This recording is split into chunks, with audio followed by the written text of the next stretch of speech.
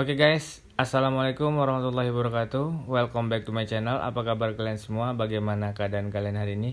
Semoga hari ini kalian menjalani hari yang menyenangkan, serta saya doakan semoga kita semua dalam lindungan Allah Subhanahu wa taala sehingga kita dapat berkegiatan dengan baik tanpa terkendala sesuatu apapun. Oke, kawan-kawan sekalian, pada video kali ini saya ingin berbagi kepada kalian sebuah berita yang saya ambil dari Instagram resmi Divisi Humas Polri, bahwasanya Polri buru ribuan pinjol ilegal di Indonesia.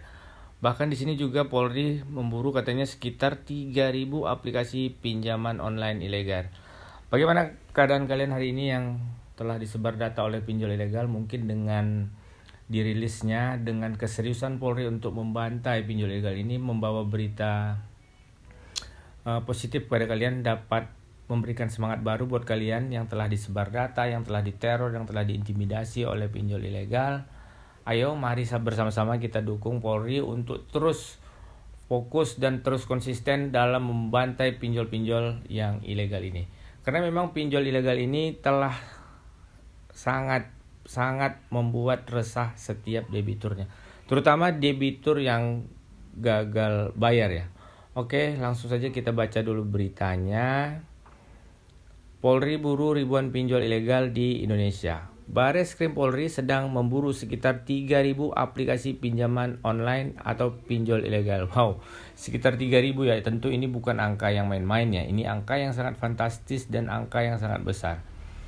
Kabareskrim Polri Komjen Polisi Dr. Andos Agus Adrianto SHMH menegaskan pemberantasan terhadap ribuan pinjol ilegal harus dilakukan demi membuka jaringan pelaku pinjol ilegal, karena pinjol ilegal ini sangat meresahkan masyarakat. Ya benar Pak Pol, bahwasanya memang pinjol yang ilegal ini sangat meresahkan, terutama tenor bunganya, metode penagihannya, belum lagi fitnahnya, belum lagi terornya, sangat meresahkan. Dan saya berharap, mungkin kawan-kawan di luar sana juga banyak yang berharap, ini pinjol ilegal harus segera dibumi hanguskan, sehingga kasus pinjol ilegal bukan delik aduan, jadi tidak perlu menunggu laporan. Ya, tentu ini berita yang juga sangat menggembirakan. Jadi walaupun kawan-kawan yang di luar sana belum sempat membuat laporan pengaduan akibat teror dari aplikasi pinjaman uang online, Polri akan tetap menindaklanjuti hal tersebut, karena memang jelas-jelas bahwasanya pinjol ilegal ini sudah melanggar ketentuan hukum yang berlaku di wilayah Negara Kesatuan Republik Indonesia. Kan ada yang sedang ditangani oleh Bareskrim. Kita juga koordinasi dengan OJK, Otoritas Jasa Keuangan. Hasil penyidikan yang berjalan tentu untuk membuka jaringan dan keterkaitan antar penyedia pinjol ilegal. Ya, ini dia. Jadi jelas ya kawan-kawan, bisa saja antara pinjol legal atau pinjol ilegal ini berkoordinasi, atau mungkin saja pinjol legal ini memiliki perusahaan pinjol yang ilegal. Ya, jadi indikasinya seperti itu sesuai dengan keterangan yang dirilis dari Divisi Humas Polri.